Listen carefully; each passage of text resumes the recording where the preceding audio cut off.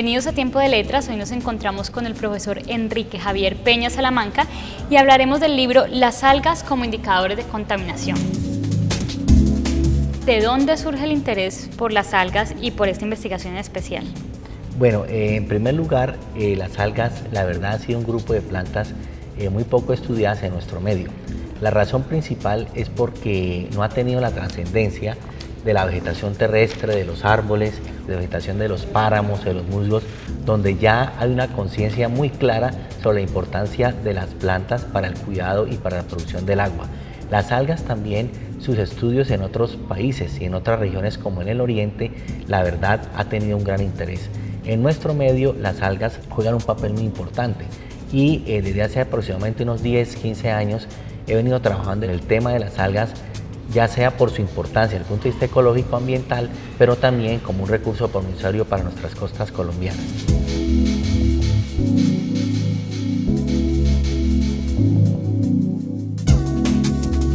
Eso hizo entonces que en los últimos años enfocáramos nuestros estudios básicamente al uso de las algas como indicadoras de un problema grave que tenemos en nuestros recursos acuáticos, que es el problema de la contaminación. Profesor, ¿cómo fue el proceso de producción de este libro? Bueno, nosotros veníamos desarrollando una investigación en donde básicamente buscábamos conocer cuáles eran las especies indicadoras de contaminación marina en la vía Buenaventura.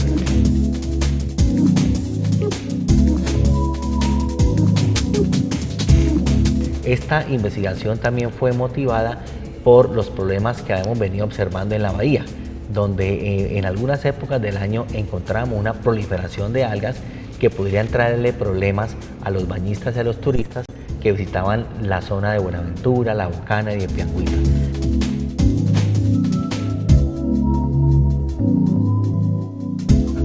También desde hace varios años veníamos trabajando en las algas como indicadoras del problema de los metales pesados, tema en particular que hemos venido trabajando en mi laboratorio. Igualmente, como resumen y como concreción de todos los resultados de todas estas experiencias investigativas, tuvimos la financiación de Colciencias para realizar este libro, el cual recogió básicamente todos aquellos trabajos de tesis de muchos estudiantes y también investigaciones de otros colegas y particularmente la que he venido dirigiendo en nuestro grupo de investigación.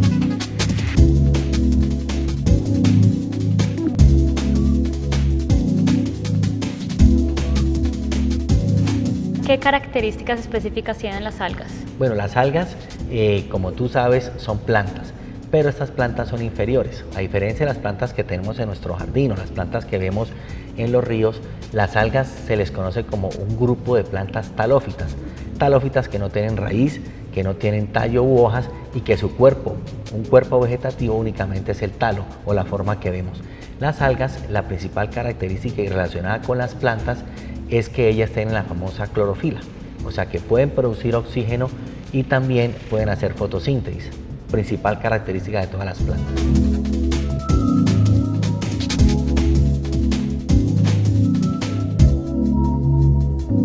Hablemos un poco de la función y de la importancia de las algas. Bueno, las algas, su principal función en todo el ecosistema acuático, en los ambientes como en los ríos, en los lagos, en los mares, ellas son las encargadas de realizar la fotosíntesis. La fotosíntesis es un proceso muy interesante en donde las plantas nos ayudan a convertir la energía luminosa en energía química, es decir, ellas pueden alimentarse del sol y la función principal entonces es la base de la cadena alimenticia.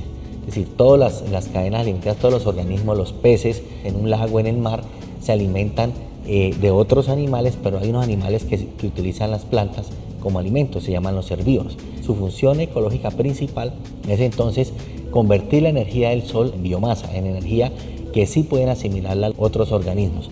Desde el punto de vista ambiental, las algas también han recobrado importancia en los últimos años, porque las algas son los principales organismos que se adaptan a las condiciones cambiantes de la calidad del agua. Entonces, se ha venido trabajando mucho a nivel mundial, en Colombia y particularmente en esta región, en utilizar las algas como indicadores de la calidad del agua.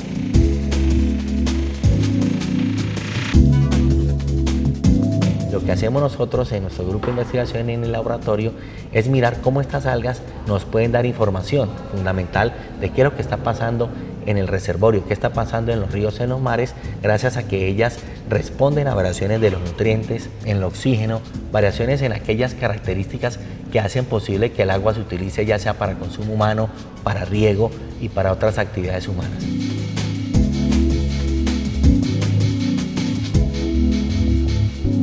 Profesor, hemos hablado de puntos positivos de las algas, pero ¿cuándo estas se convierten en un problema? Se pueden convertir en un problema cuando la calidad del agua o cuando las condiciones apropiadas para ellas no son las ideales.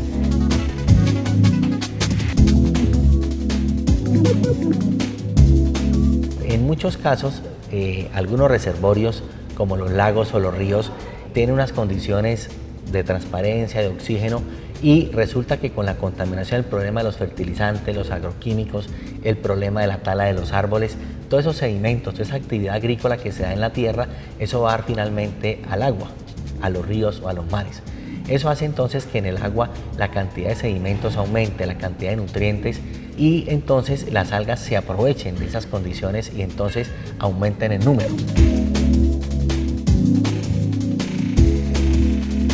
Es decir, si tú tienes en una habitación 3 personas, pero vas a meter 15 personas en una habitación, es un problema. Lo mismo entonces pasa con las algas cuando tú tienes una población de algas en un número controlado, pero si tú le das más alimento, ellas van a proliferarse y entonces allí viene básicamente el problema que le hemos llamado nosotros las algas indicadoras de contaminación. También las han llamado algas nocivas o algas peligrosas, pero las algas como tal no son las peligrosas. Lo que hacemos nosotros, el hombre, es cambiar las condiciones para que ciertas especies aumenten en número y ellas produzcan unas toxinas, produzcan unas sustancias que precisamente es para protegerse o para resistir a esas condiciones alteradas de la calidad del agua y las condiciones del ambiente acuático.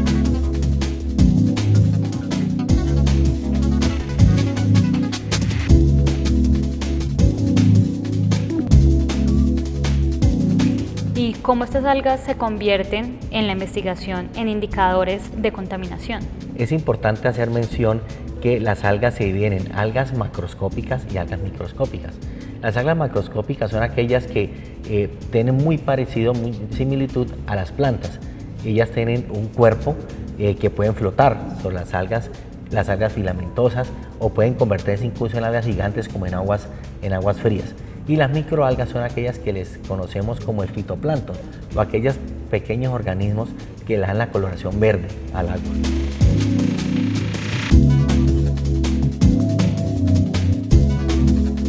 Entonces, en los últimos años hemos estudiado tanto algas macroscópicas y microscópicas y resulta que ellas nos van a indicar de las condiciones que hay en la calidad del agua del ambiente.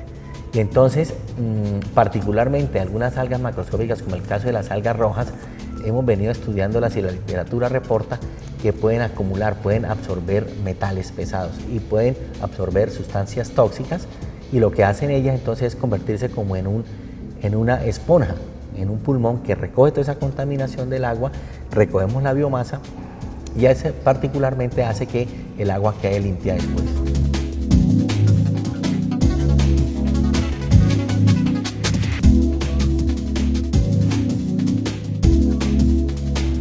Bien, esta investigación se desarrolla en mares y ríos. ¿Hay alguna diferencia entre las algas de cada sector? Las algas que están viviendo en los mares, ellas están adaptadas a esos ambientes salinos y básicamente las encontramos solo propias en ambientes costeros u oceánicos. Y hay algas también de agua dulce que por sus condiciones evolutivas solo pudieron resistir el agua continental o el agua dulce. Entonces, tanto en agua de mar como en agua dulce tenemos un grupo de especies tanto de macroalgas y de microalgas.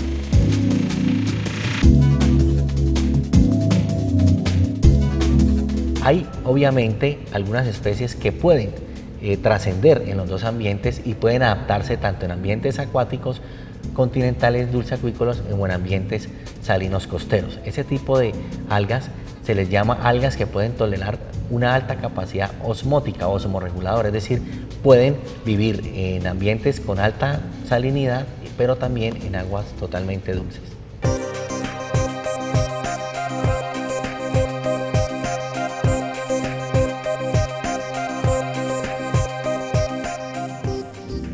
Diseño curricular Desafío Constante. Autores Pedro Sarmiento, Renato Ramírez y Gilberto Caviedes. Este libro recoge las prácticas de diseño curricular en 6 programas académicos de ingeniería electrónica del suroccidente colombiano.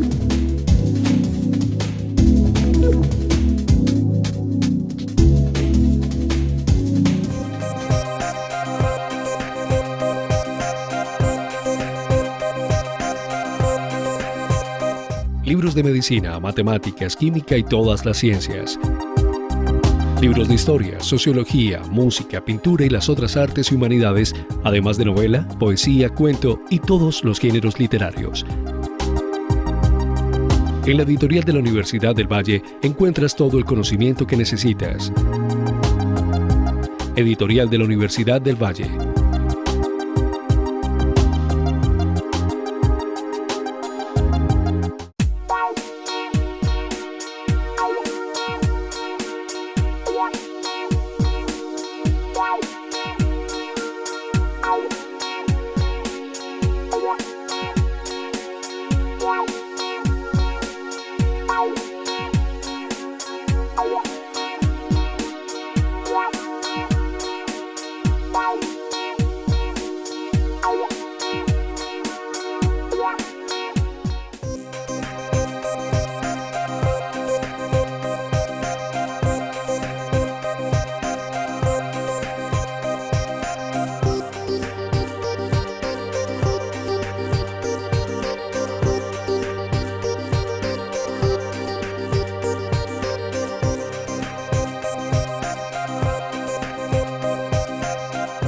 Tiempo de letras.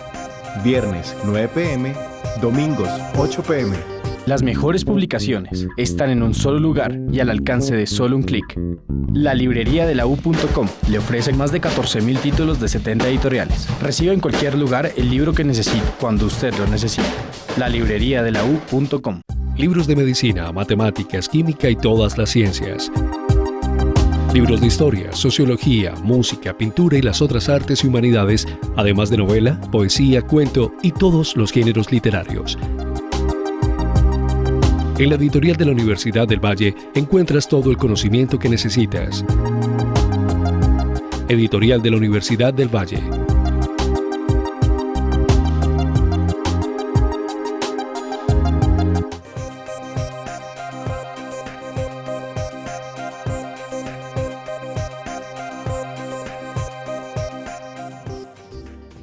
Literatura, historia, circunstancia. Autor Darío Ruiz Gómez.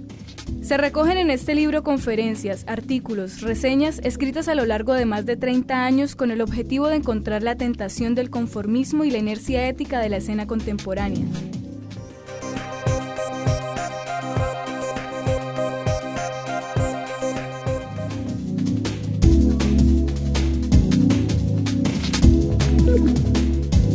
¿A qué población cree que le puede servir un libro como esto? Bueno, este libro, como fue resultado de una investigación, tiene un enfoque fundamentalmente de texto académico, en donde nosotros damos los elementos fundamentales del estudio de las algas. También aportamos un conocimiento muy importante sobre las características de ellas y, por ejemplo, cómo pueden las algas adaptarse a un ambiente estresante. Las algas también sufren estrés y precisamente el estrés se debe a esas condiciones diferentes de su ambiente natural, que se debe precisamente a la alta contaminación.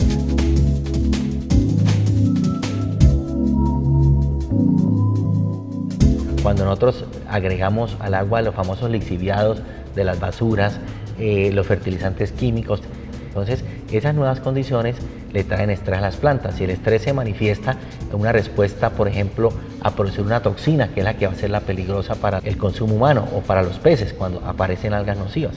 Entonces todo este tipo de información, además de ser un texto académico, también es muy importante y una función social es orientada a técnicos o funcionarios de las corporaciones ambientales para identificar entonces que sea un manual fundamentado en identificar algas que pueden ser indicadores de contaminación.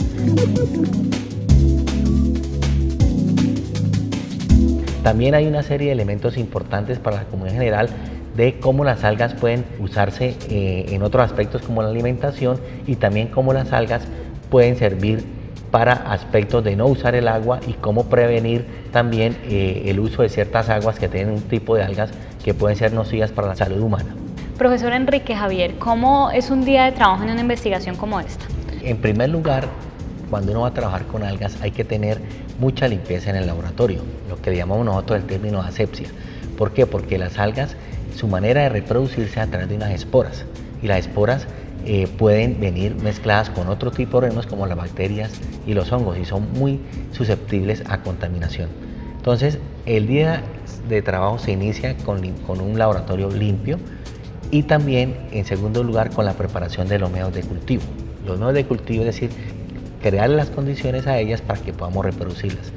Particularmente en mi laboratorio tenemos una serie de algas que las mantenemos para estudios y nos toca entonces recrear sus condiciones, simular las condiciones naturales, y tenemos en nuestro cuarto ambiental tenemos entonces ese tipo de condiciones.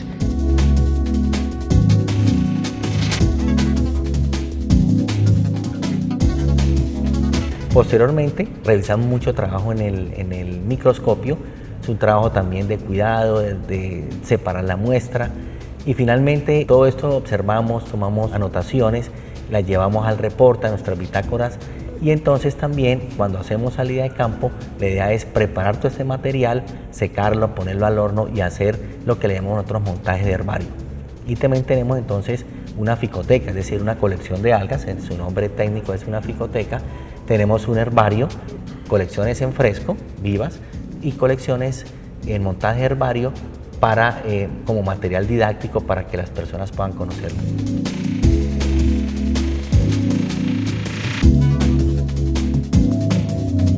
¿Y cómo se encuentra nuestra costa pacífica en los niveles de contaminación y en relación con las algas como indicadores de la contaminación? Hemos venido monitoreando la problemática de la contaminación en la bahía Buenaventura. La bahía Buenaventura, como tú sabes, está en la ciudad de Buenaventura, hay una actividad portuaria muy alta, entonces hay una serie de aportes que pueden traerle problemas a la calidad del agua de la bahía. Esta misma actividad industrial del puerto, el problema de la ciudad que crece, no hay unas plantas de tratamiento, todo va directamente al mar. Entonces hemos venido identificando un problema que le llamamos nosotros el problema de la eutrificación, que significa, en otras palabras, enriquecimiento de nutrientes o de nitrógeno o de fósforo en el agua.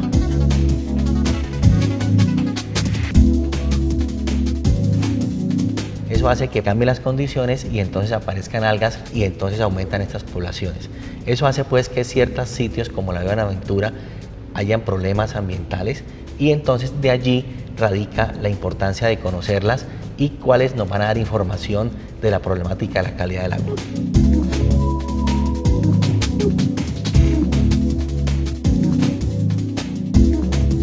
Hay otros sitios menos contaminados como la bahía de Málaga, que afortunadamente las condiciones están todavía bien, y ahí tenemos unas poblaciones de algas naturales que nos han permitido conocer la biodiversidad de algas del Pacífico.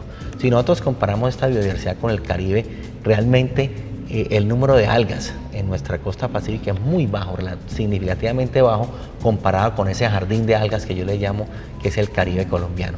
Sin embargo, en nuestra costa pacífica, las algas que hay juegan un papel importante, una función ecológica que cumplir, y estamos enfocados a estudiar esta flora para ver también qué otro uso de aprovechamiento de importancia comercial podemos lograr de ellas.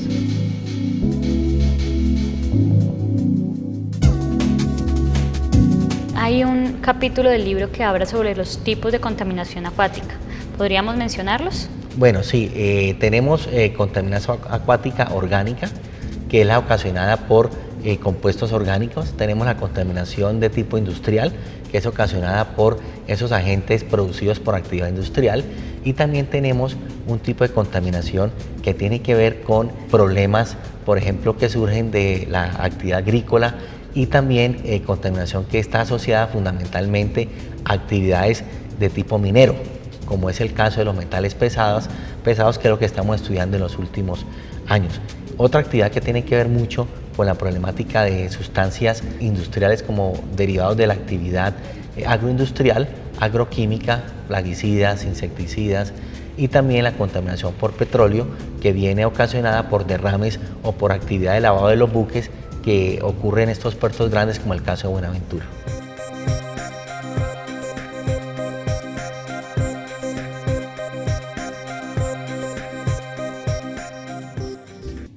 De la arqueología y semántica, autor Juan Hasler.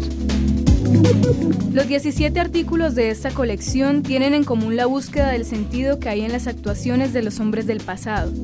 Desde los años de estudiante en la década de los 50, ha sido preocupación del autor encontrar el sentido y el método para llegar a él.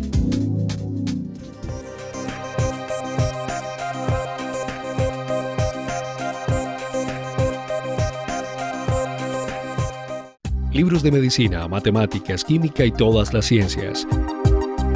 Libros de historia, sociología, música, pintura y las otras artes y humanidades, además de novela, poesía, cuento y todos los géneros literarios. En la editorial de la Universidad del Valle encuentras todo el conocimiento que necesitas. Editorial de la Universidad del Valle.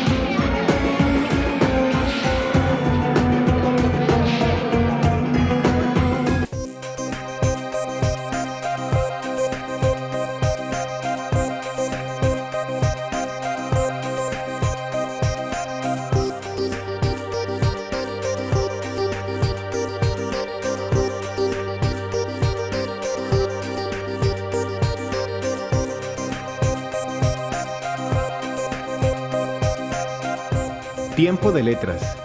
Viernes 9 p.m., domingos 8 p.m. Las mejores publicaciones están en un solo lugar y al alcance de solo un clic. La librería de la U.com le ofrece más de 14.000 títulos de 70 editoriales. Reciba en cualquier lugar el libro que necesite, cuando usted lo necesite. La librería de la U.com. Libros de medicina, matemáticas, química y todas las ciencias.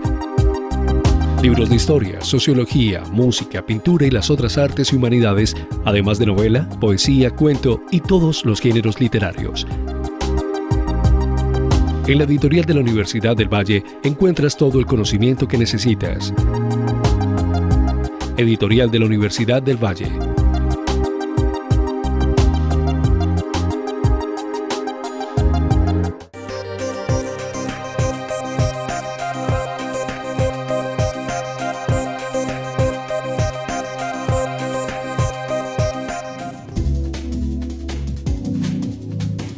Caligrafía es la ciudad literaria, antología bilingüe de Fabio Martínez y Hernando Urriago. La literatura, manifestación del arte y la cultura de las naciones y de los pueblos, toma de lo colectivo su material de trabajo fundamental, el que está constituido por la palabra, que es de uso corriente de la sociedad, la cual lo conoce y lo domina.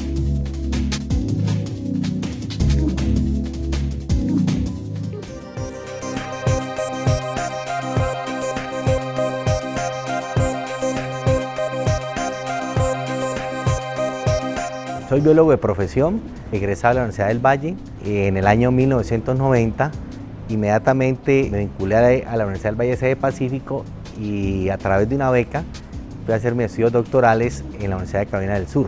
Estuvimos 5 años y medio en el país del norte estudiando las algas marinas y a partir de ahí entonces empecé a desarrollar todo mi trabajo doctoral y lo que actualmente hago es el manejo de una línea de investigación en un grupo de investigación que tiene que ver con la biología de las plantas acuáticas. Muchos en la familia me dicen, usted mantiene en el campo, mantiene afuera y eso es trabajo para usted, pero yo no, eso no es trabajo, eso también es el goce, o sea, yo a través de mi trabajo también me divierto.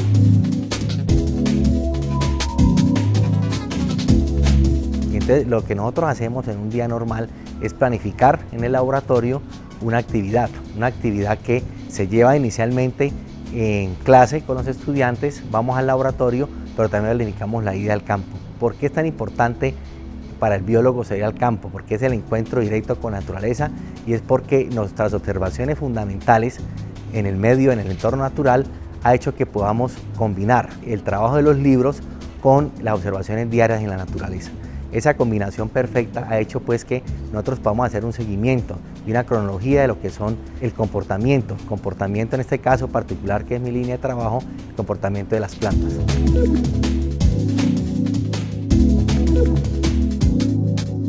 Uno de los aspectos críticos y muy importantes tiene que ver con la seguridad en el agua, sobre todo cuando hacemos buceo. La seguridad en el agua y el buceo exige que tú nunca estés solo.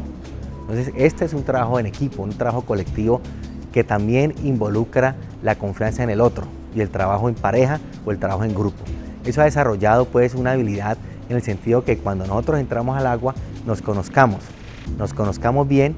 Y otro aspecto importante también es siempre tener un apoyo de un buen bote, una persona que maneje el bote, lo que le llamamos nosotros un dive master. Un dive master es la persona que está en la superficie mientras nosotros hacemos colecciones debajo del agua.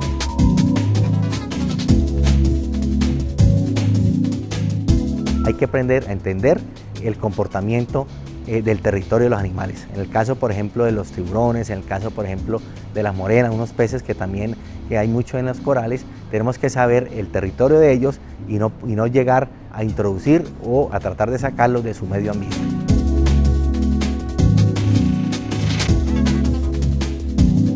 Tuvimos un encuentro en un banco de barracudas y ellas en algunas épocas cuando hay alimentación poca, ellas pueden ser agresivas. Entonces tuvimos un pequeño susto.